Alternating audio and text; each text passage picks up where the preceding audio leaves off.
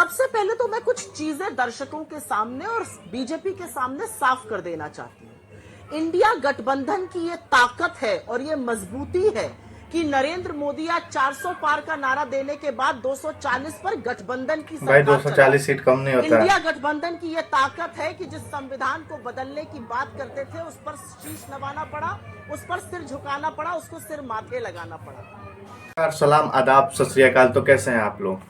स्वागत है मेरे एक और रिएक्शन वीडियो में। तो दोस्तों, आपको पता है कि हरियाणा में चुनाव खत्म हो चुका है और बीजेपी अनएक्सेप्टेड तरीके से वहां पे चुनाव जीत चुकी है और वहां पे सरकार बना चुकी है। एक कहावत है, तेरे जीत से ज्यादा मेरे हार के चर्चे हैं। जी हाँ दोस्तों, ये बात हरियाणा में सटीक बैठते हैं क्योंकि सारे एग्जिट पोल बीजेपी के खिलाफ थे और सारे एग्जिट पोल बोल रहे थे कि कांग्रेस की सरकार बन रही है, लेकिन कारणवश वहाँ पे कांग्रेस की सरकार नहीं बनी और वहाँ पे बीजेपी सत्ता में आ गई और तीसरी बार वहाँ पे सरकार बना रही है।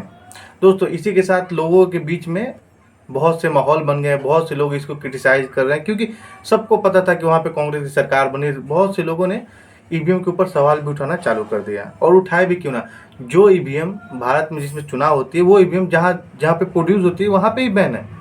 जी हाँ दोस्तों, जहाँ पे ईवीएम बनती है उस देश में ईवीएम बैन है क्योंकि वो भी जानते हैं ईवीएम को हैक किया जा सकता है, ईवीएम में गड़बड़ी हो सकती है, लेकिन भारत में चुनाव होता है।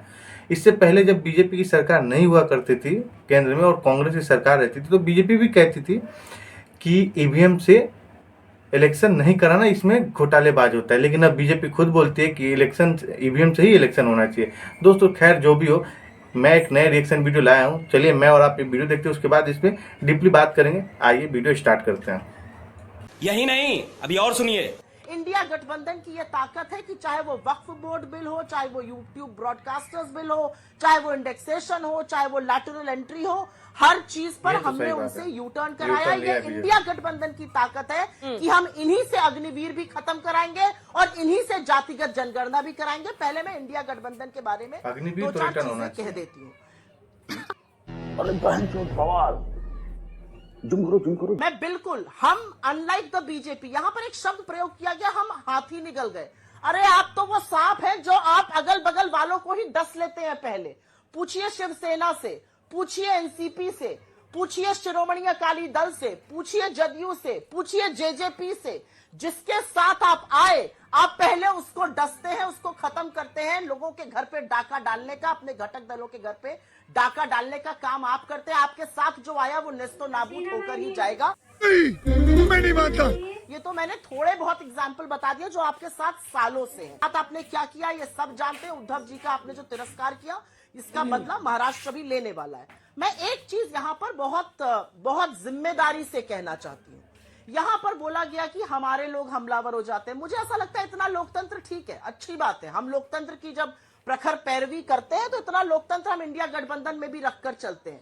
हम चार लोगों की बात सुन सकते हैं क्योंकि हम इंडिया गठबंधन को मजबूत मानते हैं, बड़ा दिल करके चलते हैं। इनके लोगों ने भी तो कहा था, ओपी राजभर ने खुलकर कहा था, योगी और मोदी की वजह से 2024 का चुनाव हार गए। मैं नहीं मानता। जी ने क्या कहा था, बुलडोजर की वजह से हार गए। इनके विधायक है संजय मिश्रा, उन्होंने कहा था यही चलता रहा तो सरकार अगली बार बननी नहीं है। तो इनके वाले भी तो इनको आईना दिखा रहे हैं। सब कुछ छोड़ दीजिए, यहाँ पर त्यागी जी बैठे हैं और मुझे दुख होता है, वो परिपक्व आदमी है। उन्होंने कहा था जातिगत जनगणना कराइए और अग्निवीर के खिलाफ बोला था। आज वो राष्ट्रीय प्रवक्ता नहीं है। तुम्हें शर्म है? कुछ शर्म आया है? ये भी एक सच है कि चिराग पासवान लगातार जातिगत जनगणना की बात करते हैं, इनको आईना दिखाते हैं, कहते हैं मैं छोड़ दूंगा जिस दिन आरक्षण पे आंच आ गई, उसकी चर्चा नहीं होती। इनके अलाइज जब इनके खिलाफ बोलते हैं चर्चा नहीं होती। और मैं अंतिम बात कह के अंजना जी अपनी बात आगे के लिए खत्म करूंगी। ये बात बहुत जरूरी है क्योंकि ऐसा मालूम पड़ रहा है कल से कि एक ही राज्य में चुनाव हुआ और एक ही राज्य से रिजल्ट आया। असलियत यह है कि जम्मू कश्मीर का रिजल्ट बहुत अहम है। 10 साल बीजेपी ने वहां पर एक मिस एडवेंचर, एक प्रयोग किया। वहां के लोगों से मत का अधिकार छीना, उसको यूनियन टेरिटरी बनाया, वहां पर प्रेसिडेंट रूल लगाया, हर हथकंडा अपनाया और वहां के लोगों ने एक सिरे से इनको नकार दिया है, एक सिरे से इंडिया गठबंधन को जिताया है। और असलियत आज ये है कि बीजेपी के पास जम्मू कश्मीर में कहने के लिए कुछ नहीं है। ये असलियत है, उसके बारे में कोई चर्चा नहीं करेंगे। ये मूड ऑफ द नेशन बता रहे हैं हरियाणा से, मूड ऑफ द नेशन बताइए ना जम्मू कश्मीर से भी, जहां पर आपकी सिरे से हार हुई, जहां पर आपको बुरी तरह से हरियाणा पर भी तो आप। Good question, you are a good question. नहीं, सबसे पहले तो अंजना जी, मैं नरेंद्र मोदी तो हूं नहीं जो मैं सब जानूंगी, रडार से लेकर नाली से गैस बनाने तक की बातें। मैं मोदी जी थोड़ी हूं, मैं अपनी पार्टी के परफॉर्मेंस के बारे में सब जानती हूँ। ये मैं छोटी सी बात कहती, मैं मोदी जी थोड़ी हूँ जो साइंस भी जानूं, विज्ञान भी जानूं, इतिहास भी जानूं। इतनी मेरी कहाँ हैसियत है, इतना नहीं जानती मैं। आपने हरियाणा के बारे में चर्चा की, और हरियाणा के बारे में चर्चा मैं जरूर करूंगी, मैं यहाँ पर वही चर्चा करने आई हूँ। लेकिन मुझे लगा रिमाइंडर भी देना चाहिए कि इतनी बुरी शिकस्त के बाद जम्मू कश्मीर से नकार दिए गए वहां के लोगों ने आपको ऐसा करारा जवाब दिया है उनको मत से हटा देने का। हरियाणा पर मैं एक चीज बताना चाहती हूँ, हरियाणा में क्षेत्रीय दलों का करीब 17-18% वोट शेयर था। उसमें जेजेपी वगैरह क्षेत्रीय दल शामिल थे जिनको बीजेपी उकसाती है। आज बीजेपी और हमारा एक तरह का वोट शेयर है। चुनाव के नतीजों के बाद हाइंडसाइट 2020 होती है, आकलन करना बहुत आसान है। मैं आपके सामने 7 कंस्टिट्यूएंसीज का नाम रख देती हूँ, करनाल, डबवाली, रेवाड़ी, पानीपत सिटी, होडल, कालका, नरनौल। ये 7 ऐसी सीट्स हैं जिस पर ईवीएम में कुछ गड़बड़ी पाई गई। हमारे कैंडिडेट्स उसको लेकर रिटर्निंग ऑफिसर के पास गए। रिटर्निंग ऑफिसर और इलेक्शन कमीशन ने उस पर जब कोई फैसला नहीं लिया, तो आज हम इलेक्शन कमीशन से हमारा जो डेलीगेशन है वो मिलने गया है। मेरा अपना मानना है कि चुनाव के नतीजों के बाद आकलन करना बहुत आसान हो जाता है, जैसा कि बीजेपी भी बताएगी। समझ रहे हो आप? समझ रहे हो? एक आंकड़ा आपके सेकंड राउंड में एक बार इसको सेकंड राउंड में बता दीजिएगा आप सुप्रिया जी, बाकी 2 लोग इंतजार कर रहे हैं अब सेकंड राउंड में। Priyanka ji, I am sorry Priyanka ji, I am really sorry. मैं जान रही हूँ बहुत टाइम हो गया और आप इंतजार कर रही हैं। अब सेकंड राउंड में सुप्रिया जी। प्रियंका जी, आपने सुप्रिया जी को भी सुना, आपने पार्टी के, कांग्रेस पार्टी के तमाम नेताओं को सुन रहे हैं, या तो चुनाव आयोग या फिर कुछ और, गठबंधन में गलती हुई या अति आत्मविश्वास हुआ या कहां पर चूक हुई, इस पर कम से कम सार्वजनिक तौर पर चर्चा करने को तैयार नहीं है। क्या आप जो बोल रही हैं कि डायरेक्ट फाइट में ये कमजोर बढ़ जाते हैं, क्या शिवसेना यूबीटी गुट चाहती है कि उद्धव ठाकरे के नेतृत्व में उनका चेहरा सामने रखकर चुनाव लड़े, तभी जीत का स्कोप बनेगा? ये सही है, उद्धव ठाकरे अभी बेस्ट है मुझे लगता है। ये तो ऐसा हुआ कि प्रश्न ए से शुरू हुआ, कंक्लूजन जेड पे पहुंचा, क्योंकि दोनों में कोई कंपैरिजन नहीं है। सबसे पहले हरियाणा के चुनाव के लेकर के संबंध में मैंने कहा था कि हमने छत्तीसगढ़ देखा है, मध्य प्रदेश देखा है, और अगर कमी होती है वो कमी का सुधार करेगी कांग्रेस पार्टी। महाराष्ट्र का कंपैरिजन हरियाणा से करने की, उसमें कोई कंपैरिजन ही नहीं है।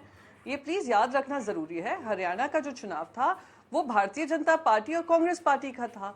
महाराष्ट्र में ऑलरेडी गठबंधन है, भारतीय जनता पार्टी का भी एक गठबंधन है जो झूठा गठबंधन है, जो सिर्फ भ्रष्टाचार कर रहा है, जो सिर्फ महाराष्ट्र के खिलाफ काम कर रहा है, जो रात दिन आपस में लड़ भिड़ कर युति दिखाने की कोशिश कर रहा है। और एक हमारा गठबंधन है जो महाराष्ट्र की हित की बात कर रहा है, महाराष्ट्र में बढ़ते भ्रष्टाचार की बात कर रहा है, यही नहीं, अभी और सुनिए, महाराष्ट्र में बेरोजगारी की बात कर रहा है, और संस्कार, संस्कृति, संविधान को दरकिनार कर कर जो भारतीय जनता पार्टी ने पाप किया है उस भूल सुधार करने का काम हम करेंगे। हम ये बात कर रहे हैं, उसमें अगर हम कह देते हैं तो अस वर्सेस देम नहीं हो रहा है, हम दोस्त होने के नाते एक दूसरे को बढ़ा रहे हैं। सबसे पहले मैं ये बात बता दूं, तो महाराष्ट्र की जो दिक्कतें हैं, 288 सीट पे लड़ाई होगी, वो हरियाणा में 90 सीट पे थी।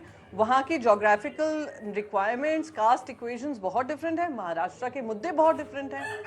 यहाँ पे गठबंधन ऑलरेडी है, गठबंधन पे कौन कितनी सीट पे लड़ेगा, कौन सी सबसे विनेबल सीट होगी, किसको दी जाएगी, वो हम लड़ लेंगे, हम लोग विचार विमर्श कर लेंगे। पर ये करना अस है वर्सेस देम और हम सब कांग्रेस को घेर रहे हैं, ये शायद डेमोक्रेसी के जो मूलभूत सोच है कि हम लोग आपस में हम लोग अलायंस हो सकते हैं, पर आप कहे उठो तो हम उठ जाएं, आप कहे बैठो तो बैठ जाएं, ऐसा नहीं होता है। अब देखिए आपके साथ केसी त्यागी जी हैं। केसी त्यागी जी को अमित शाह जी ने क्या क्या कहा था, नीतीश कुमार को, अरे वो पलटू राम है, उस पलटू राम के लिए दरवाजे हमेशा बंद हो गए, पलटू राम ये, पलटू राम वो। चिराग पासवान जी के बारे में क्या क्या कहा, अभी भी चिराग पासवान जी की पार्टी को तोड़ने का काम कर रहे हैं। हमारे यहाँ ऐसा ही होता है। तो ये कहना, ये सच्ची लड़ाई तो वो होती है जो पीठ पीछे खंजर घोंपने का काम करे, और हम 25 साल से इनके साथ रहे तो हम भुक्तभोगी है, इसलिए मैं इस कॉन्फिडेंस से बोल रही हूँ। यहाँ पर तो हम खुलकर बात कर रहे हैं, संवाद हो रहा है हमारा, उसमें आप कह रहे हैं हम एक दूसरे को घेरे जा रहे हैं, हम एक दूसरे की सहमति में मजबूती बढ़ा रहे हैं। अंजना जी प्लीज, आप ये नहीं नॉन स्टॉप कन्वर्सेशन करा सकती प्लीज, ठीक है, दिस इज रिडिकुलस। आपने भी उतना ही लंबा बोला है। प्यारी समझ गई। बात पूरी करने दीजिए, बात पूरी कीजिए सुधांशु जी, बात पूरी कीजिए, वो पूरी करेंगे उसके बाद मैं जवाब लूंगी आपसे और सुप्रिया जी से।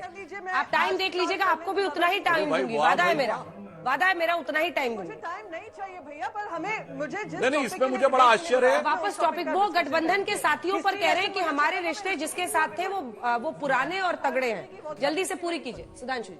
नहीं, सुधांशु और जी, प्रियंका जी तो आप सुनिए, सुनने वाली हूँ। आप सुनिए मुझे प्रियंका अगर जी। पढ़ना होगा, मैं इतिहास की किताबें उठाकर पढ़ लूंगी। और 25 साल के हमारे शिवसेना के गठबंधन के बारे में ये कम ही टिप्पणी दें तो ज्यादा ठीक रहेगा, क्योंकि ये लोग वो लोग हैं जो पैरासाइटिक बिहेवियर होता है, जब पीठ पे खंजर घोंपने का काम करते हैं। और वो चिराग पासवान भी उसके उन्होंने एक्सपीरियंस किया है, जेडीयू ने एक्सपीरियंस किया है, शिवसेना ने एक्सपीरियंस किया है, डीएमके ने किया है, टीडीपी ने किया।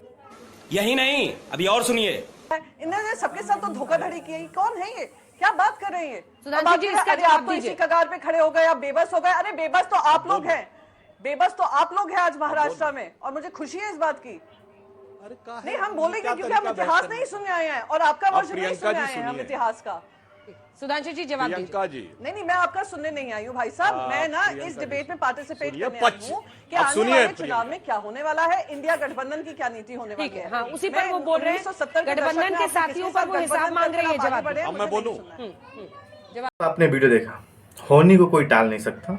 हम उसको आगे सुधार सकते हैं, आगे कुछ कर सकते हैं जिससे हम तरक्की कर सकें।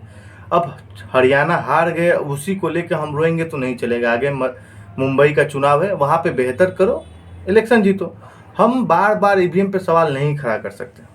अगर ऐसा है तो आपकी जब कांग्रेस की सरकार थी तभी ईवीएम को बैन कर देना चाहिए था। जब बीजेपी हाय अल्लाह कर रही थी ईवीएम बैन करो बंद करो, तभी कांग्रेस को बंद कर देना चाहिए था। उस समय कांग्रेस क्यों बंद नहीं की? अब जब उस समय बंद नहीं की तो अब बीजेपी क्यों बंद करे? क्योंकि उसकी सरकार है, क्यों बंद करेगी? नहीं करेगी।